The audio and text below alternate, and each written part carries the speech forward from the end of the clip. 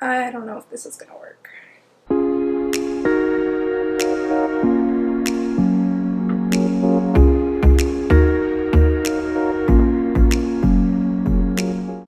Now you might say, Simone, I see that plant all the time in nurseries.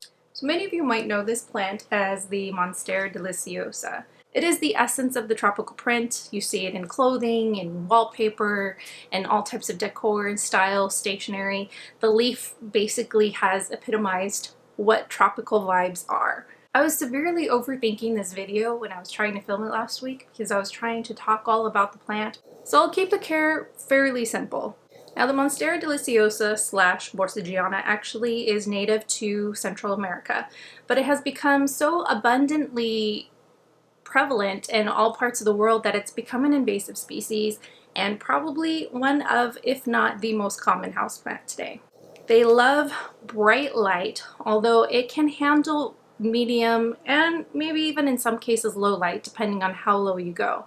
But you will see the most growth and you will see it in its happiest form when it gets bright and direct light, just like any other tropical plant out there. Now, as far as watering goes, you might hear different testimonies from people as to what the best way of watering your Monstera is. Now for this plant in particular, in my experience, I like to give it evenly moist soil with an occasional dry in between waterings. I don't like to let it dry out completely, but I also don't like to leave it sitting in water either. So finding a delicate balance between the two, or sometimes being a neglectful waterer, can probably be most ideal, which is why a lot of people like this plant because it's fairly easy. It does like humidity, so you do want to have some type of ambient humidity around it. Although it's not always necessary, you would really want to take into account your weather conditions and environment because in some cases, average household humidity is perfectly fine. So if you can add or supplement with additional humidity, that's fantastic. If not, more than likely your plant's going to be just fine. Now it's susceptible to most common pests, like spider mites, mealybugs, thrips, you name it. Prevention really is the key point here. Keeping your leaves clean really is helpful to prevent that.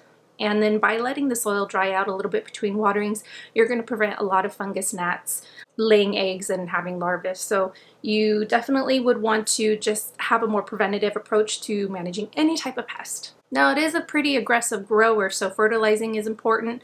I usually recommend organic fertilizers for practically everything just because it's so much easier on your plants. If you do decide to go with the chemical, just dilute it a little bit, but give it a consistent feeding anytime you see new growth. Now anytime you start to see fenestrations, which are the actual slits in the leaves, is when you start to see the plant begin to mature. In nature, the size of the leaves of the Deliciosa tend to be significantly larger. Now you might see the largest leaves tend to be the width of one arm or approximately 3 feet. But if you're growing this plant in your home, it's not as willy-nilly as the Deliciosa might be.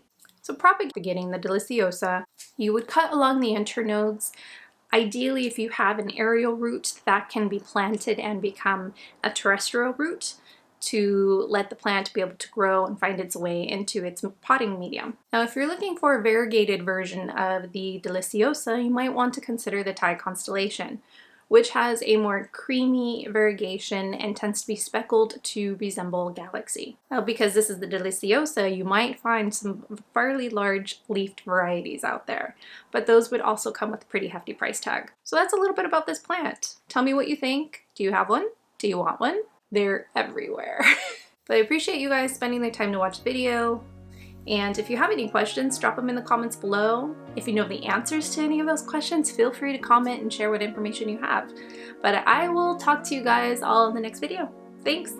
Bye.